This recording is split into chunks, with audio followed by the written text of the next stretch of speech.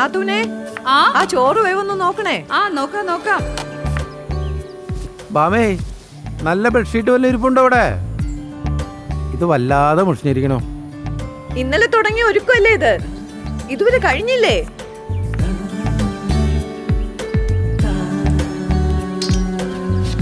ഒരുക്കം കണ്ടാ തോന്നും വിശേഷിച്ച് ആരോ വരുന്നു. നമ്മുടെ മോളല്ലേ വരുന്നത്. അവക്കറിയാത്ത സ്ഥലമൊന്നും അല്ലല്ലോ ഇത്. ഇതൊക്കെ മതി.